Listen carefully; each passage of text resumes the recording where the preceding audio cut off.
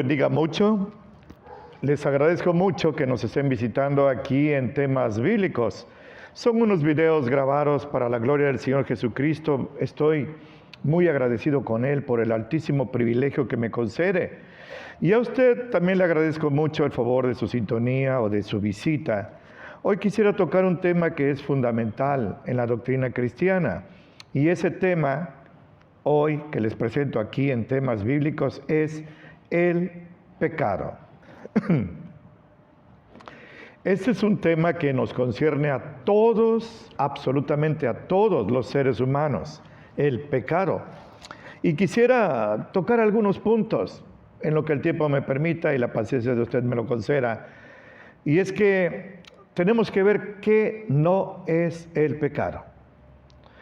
He oído a muchas personas, profesionistas, psicólogos, sociólogos, que hablan de que los pecados no existen y no son cosas tan graves, son simplemente conductas negativas, travesuras que la gente comete. Sin embargo, la Biblia enfoca al pecado como algo gravísimo, porque simplemente el pecado trajo la desgracia sobre la humanidad. La humanidad entera vino a la muerte por consecuencia del pecado, porque el castigo del pecado es la muerte, como está escrito en Romanos 6:23. Pero es tan delicado, no podemos trivializarlo, es tan delicado que el pecado del ser humano, fíjese usted, el pecado del ser humano provocó la muerte de nuestro Señor Jesucristo. Mire usted si no es grave. El pecado fue la causa por la cual nuestro Señor Jesucristo fue a la cruz del Calvario y derramó su sangre inmaculada, su vida absolutamente sin pecado, para darnos perdón y vida eterna por culpa del pecado. No debemos de jugar con esto. No fueron Pilato, ni Judas, ni Caifás, ni Anás, ni Barrabás los que llevaron a la cruz a Jesús, sino nuestra maldad, nuestro pecado. En Isaías 53 está escrito que el Señor echó en Jesús el pecado de todos nosotros. Mire usted. Ahora, el Señor, para no estar buscando en el diccionario, nos da la definición correcta, cómo Él enfoca al pecado, y lo define así en la primera de Juan 3:4, donde así está escrito: cualquiera que hace pecado traspasa también la ley. Escúcheme, porque el pecado es transgresión de la ley. Así podemos definirlo al gran hombre culto o al hombre de la calle sencillo. El pecado es la violación de la palabra de Dios, y así nos quedamos. Ahora déjeme decir algo, porque desde niño yo oí algo que seguramente usted también escuchó, y es el pecado original. Nos llevaban de niños, de bebés, a ser bautizados para que se nos quitara el pecado original. Déjeme decirle algo, lo que Dios dice. Hay dos pecados originales. El pecado original, el primero, original, no se cometió en el planeta Tierra. Ni siquiera la humanidad existía, fíjese. Se cometió en el más perfecto de los ambientes, allá en el reino celestial. Un querubín fuerte, sabio, hermoso, llamado Lucero, se llenó de soberbia. Ese es el pecado original. Y se rebeló contra Dios, negándose a ser súbdito de Dios y queriendo ser semejante a Él. Si lograba ser semejante a Él, después iba a querer ser superior a Él. En Isaías 14, 12 al 14 se nos narra esto. En la Biblia no se nos dice en Génesis cómo es que cayó Lucero y se convirtió en Satanás, pero ahí lo podemos encontrar. En Ezequiel 28, 14 al 17, lo mismo nos narra el Señor a través de su Espíritu Santo, usando a estos dos varones, Isaías y Ezequiel. Ese pecado original que se cometió en el cielo, tuvo una réplica aquí en el planeta Tierra, ya con Adán y Eva. Este fue el pecado original en el planeta Tierra.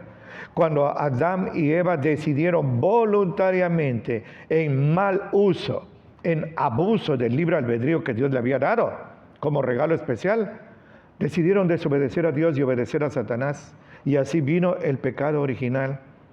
Entonces, cuando a mí me llevaron de bebé a bautizarme para que me quitaran el pecado original, yo no cometí ese pecado original.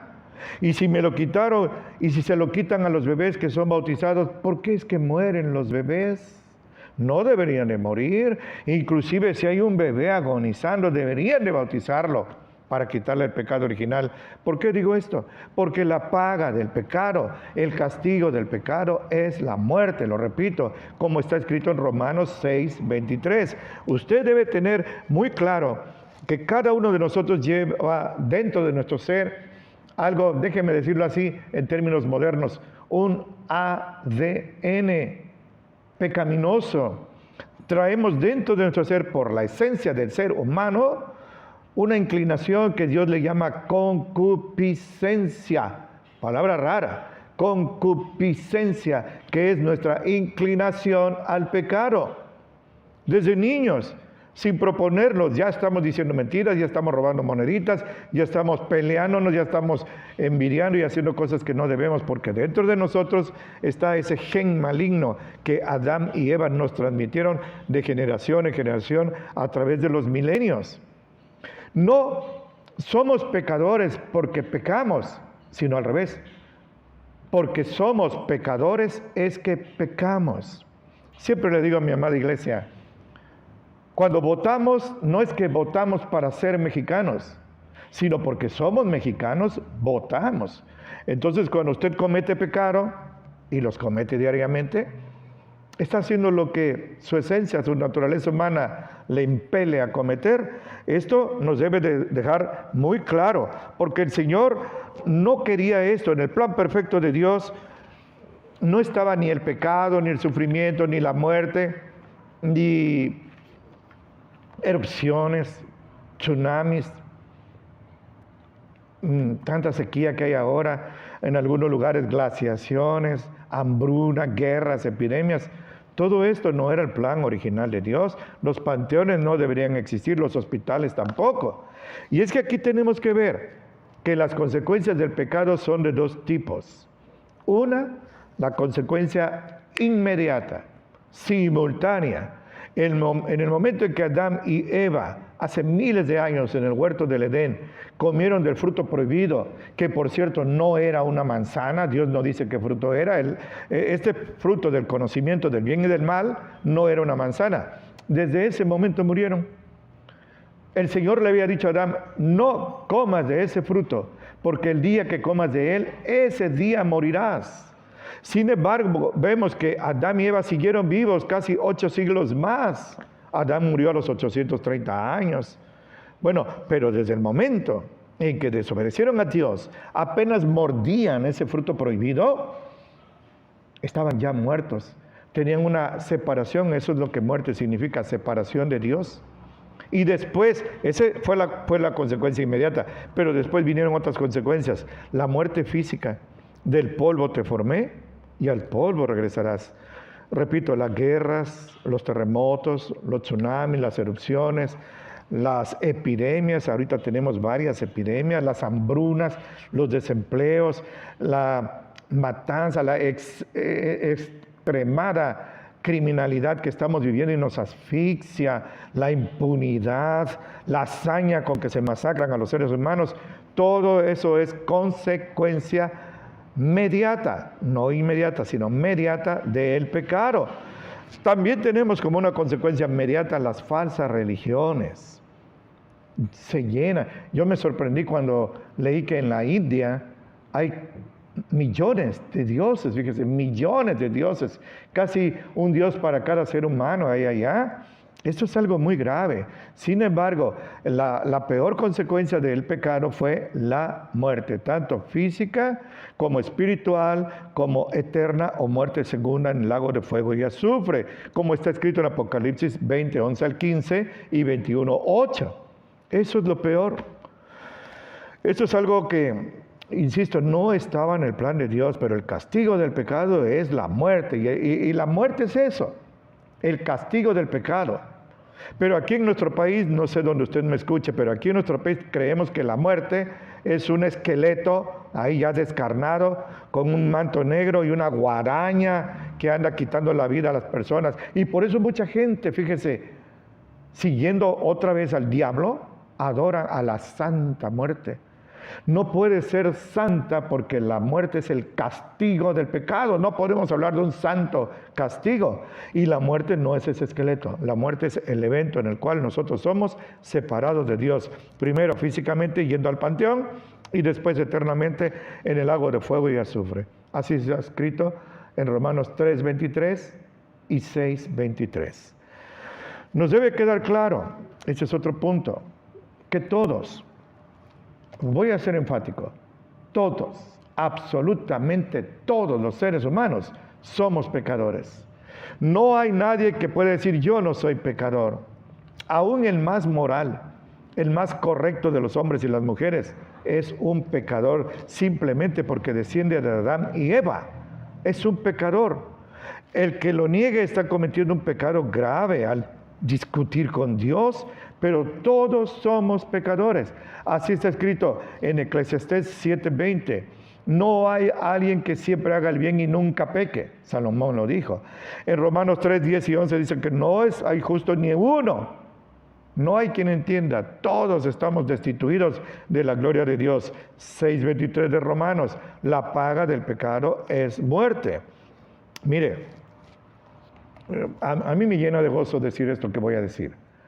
Ni Buda, ni Mahoma, ni Juan el Bautista, el más grande de los seres humanos, ni Abraham, el padre de los judíos y espiritualmente el padre en la iglesia, somos hijos de Abraham espiritualmente, ni María de Nazaret, todos ellos fueron pecadores. Ni uno de ellos puede decir que no cometieron pecados. La prueba está en que sus tumbas contienen sus restos.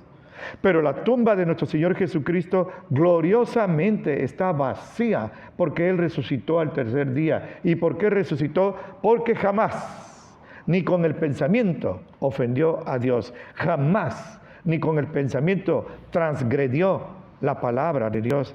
Esto merece miles de aleluyas. Usted debe entender claramente esto. En la Biblia, usted puede demostrar fácilmente que Jesucristo es el único que jamás cometió pecado. Pero con la Biblia jamás nos van a poder demostrar que todos los que yo les cité y los que me faltaron vivieron sin pecado. Todos fueron pecadores. Y si alguien dice que su Dios o su diosa no cometió pecado, tendrá que fundarlo fuera de la Biblia, en terrenos pantanosos de origen diabólico, porque el padre de la mentira es Satanás. Vea esto. En cierta ocasión, Jesús se enfrentó a sus rivales, a sus adversarios que lo querían matar. Habían sacerdotes judíos, no crean que eran ateos. Y Él les dijo simplemente una pregunta. ¿Quién de ustedes me acusa de haber cometido pecado? Gloria a Dios. Que se atreva a decirlo. ¿Quién de ustedes? Y todos guardaron silencio. Nadie pudo acusar a Jesús. Alabado sea Dios por eso. Ni sus enemigos pudieron acusarlo de haber cometido algún pecado, como está escrito en Juan 8:46. Nadie pudo acusarlo. Era la oportunidad de oro para acusarlo y matarlo.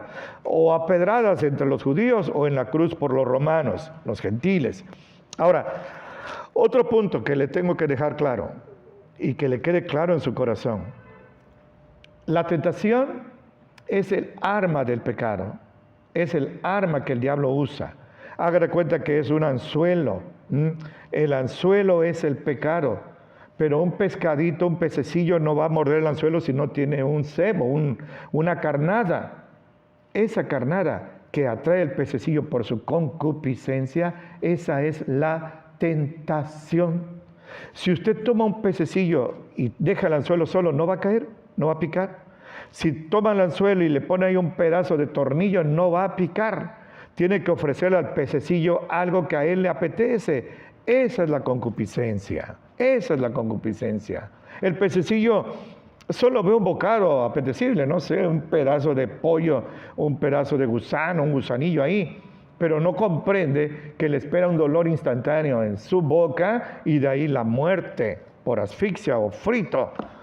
Así es el hombre, solo ve la tentación, la concupiscencia lo impele a la tentación, porque no hay una barrera que se lo impida. Esa barrera es el Espíritu Santo. Cuando una persona verdaderamente se entrega a Cristo Jesús, tiene quien lo defienda. El Espíritu Santo que mora en todo cristiano verdadero. Según 1 Corintios 3, 16 y 6, 18 y 19. Somos templo del Espíritu Santo. Mire, esa grandeza del Señor habita en vasos de barro, nuestra carne de pecado, para que la gloria sea para Dios. ¿Qué le parece? Alabo a Dios por eso. Ahora, la tentación, quiero dejarlo claro, la tentación en sí misma no es pecado. Lo que es pecado es caer, ceder ante la tentación. En Mateo 4, 1 al 11 está escrito que Jesús fue llevado por el Señor al desierto para ser tentado por Satanás. Y Satanás, bueno, Mateo y Lucas nos narran nada más 3 tentaciones, pero en esos 40 días les mandó todas las tentaciones que usted y yo y todos los que íbamos a nacer tenemos. Entonces Jesús fue tentado, sí. Entonces es un pecador. No, fue tentado, pero no cayó en ninguna tentación. Alabo a Dios por esto, porque nadie más puede decirlo con base bíblica. Le voy a leer un pasaje que es glorioso, es esperanzador. A mí me da mucha confianza saber esto. En Hebreos 4, 14 al 16, así está escrito. Escúcheme con su corazón, no con sus tímpanos. Por tanto, teniendo un gran pontífice, P grande, mayúscula, ese es Jesús, sacerdote, que penetró los cielos. Dígame usted si el sumo pontífice de su religión penetró a los cielos. Penetró a los infiernos, no a los cielos. Jesús penetró a los cielos. Él es Jesús, el Hijo de Dios. Mantengamos firme nuestra profesión. ¿Cuál profesión? Esa de que un día le dijimos: Señor, yo te recibo arrepentido de mis pecados como mi Señor y Salvador. Esa es nuestra profesión. Manténgala firme, hermana. Manténgala firme, hermano. Pelee contra ella, defiéndala con dientes y uñas, porque Satanás quiere arrebatársela. Pelee usted, como dice nuestro hermano Pablo a los Filipenses en el capítulo 2. Ocúpense de su salvación con temor y temblor. Cuídenla como el tesoro más grande que Dios nos ha dado, la salvación. Versículo 15, así está escrito: no tenemos un pontífice, un sacerdote, que no se pueda compadecer de nuestras debilidades. Cada vez que usted va a Él arrepentido, con un corazón contrito y humillado, y le expresa a Él, le confiesa su debilidad, Él lo comprende. Mire usted qué sacerdote tan tierno tenemos.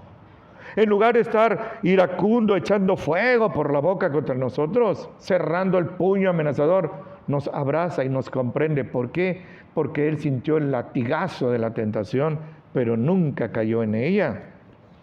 Él fue tentado, sigo leyendo, Él fue tentado en todo según nuestra semejanza. ¿Qué tentación tiene usted? Jesús la tuvo. ¿Qué tentación tiene usted, hermana? Jesús la tuvo. Pero Él, y eso es enfático, eso es glorioso, habría que ponerle alabanzas al Señor aquí, pero sin pecado. Tentado en todo, sí, pero sin pecado.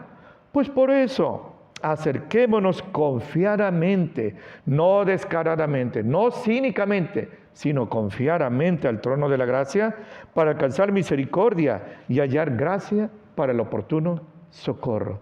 ¿Qué le parece? Esto merece miles de aleluyas. El Señor así nos llama. En 1 Corintios 10, 13, ese es otro texto que nos alienta mucho, a mí me ha alentado. Así está escrito. Se lo cito verbalmente, pero estoy dispuesto a leerlo literalmente.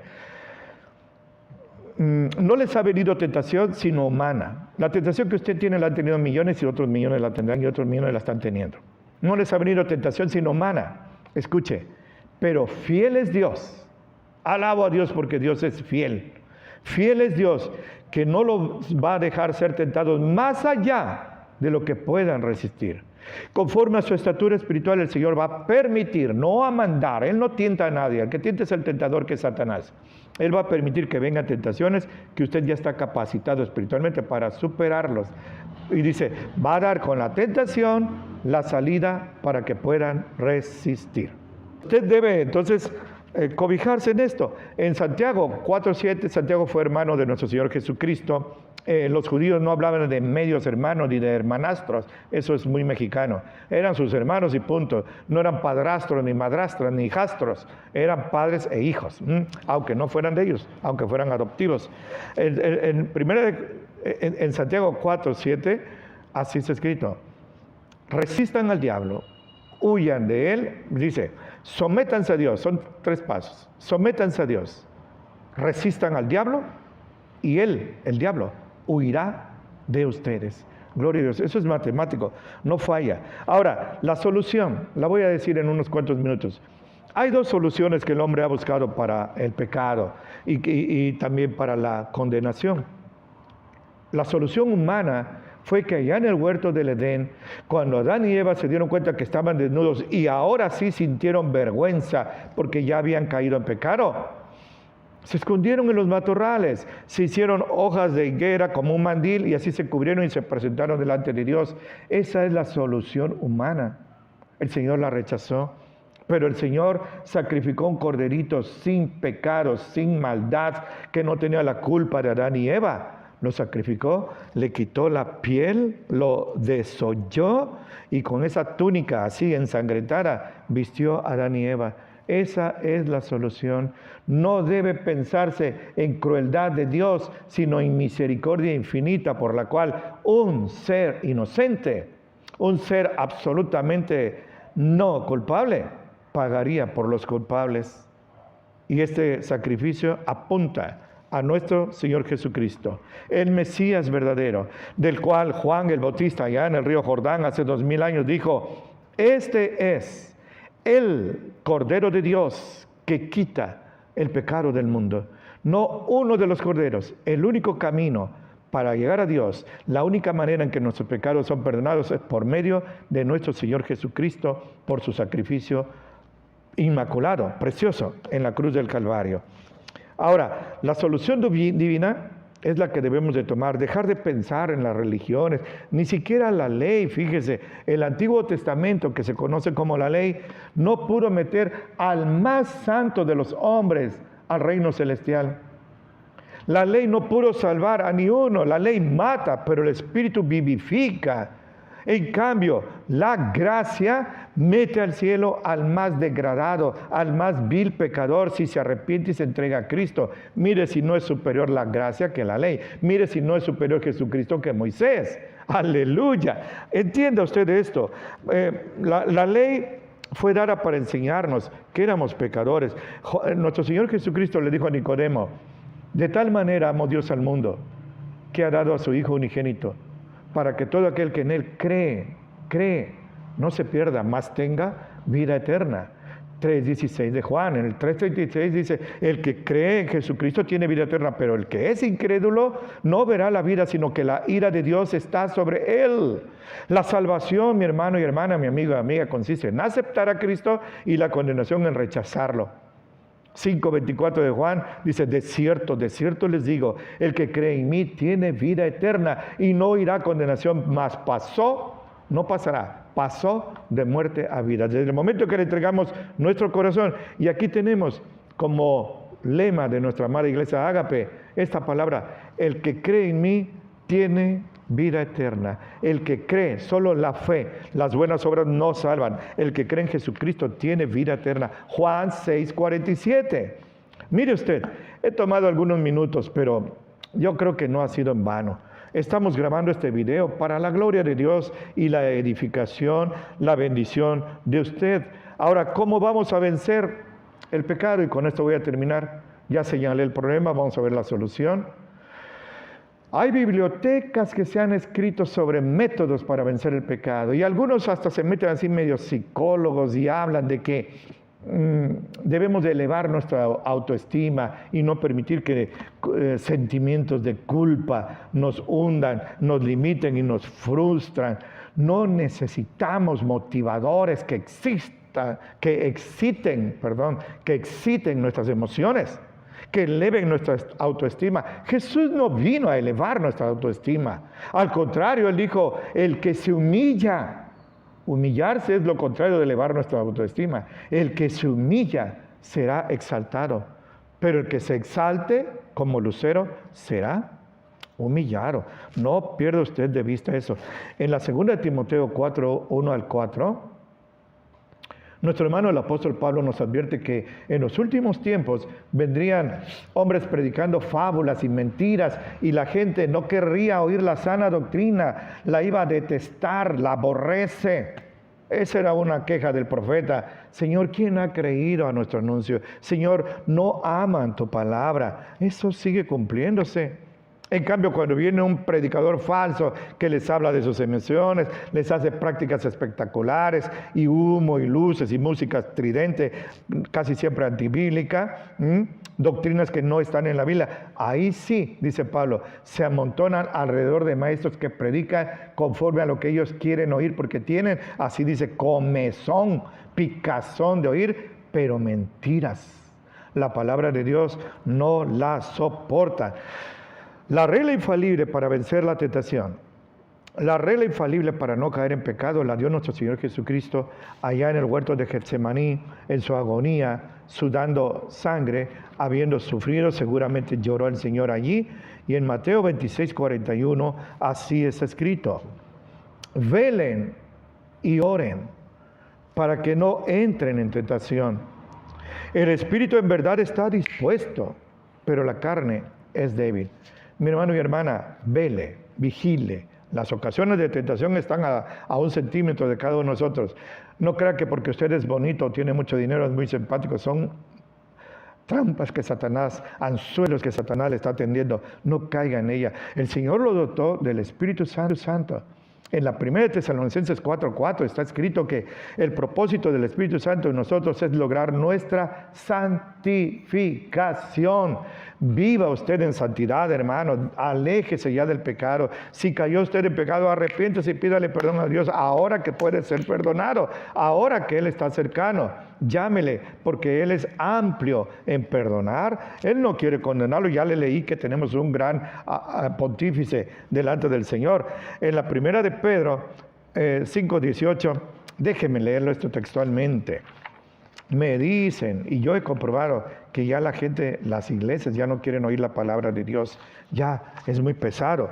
Pero en la segunda de Pedro, capítulo 1, le comparto, 5 en adelante. Ustedes también, poniendo toda diligencia por esto mismo, muestren en su fe virtud, y en la virtud ciencia o conocimiento. En el conocimiento templanza, en la templanza paciencia, en la paciencia temor de Dios, en el temor de Dios amor fraternal, y en el amor fraternal caridad, amor. Porque si en ustedes hay estas cosas y abundan, escúcheme, no los dejarán estar ociosos ni estériles en el conocimiento de nuestro Señor Jesucristo. Pero el que no tiene estas cosas es ciego y tiene la vista muy corta, habiendo olvidado la purificación de sus antiguos pecados. Por lo cual, hermanos, procuren tanto más de hacer firme su vocación y elección, porque haciendo estas cosas no caerán jamás. Deje de estar ocioso. Deje de estar ahí en su cuarto pensando cosas que no debe.